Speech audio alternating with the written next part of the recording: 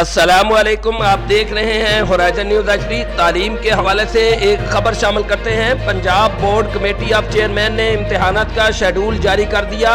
Matric सालाना इम्तिहान 10 मई 2022 से शुरू होंगे। इंटरमीडिएट इम्तिहानात 18 जून 2022 से शुरू होंगे। साल 2022 के इम्तिहानात में स्मार्ट सिलेबस की बजाय मुकम्मल सिलेबस से पेपर लिए जाएंगे। मैट्रिक और इंटरमीडिएट के तलबा के लिए इम्तिहानात का शेड्यूल जारी कर दिया गया।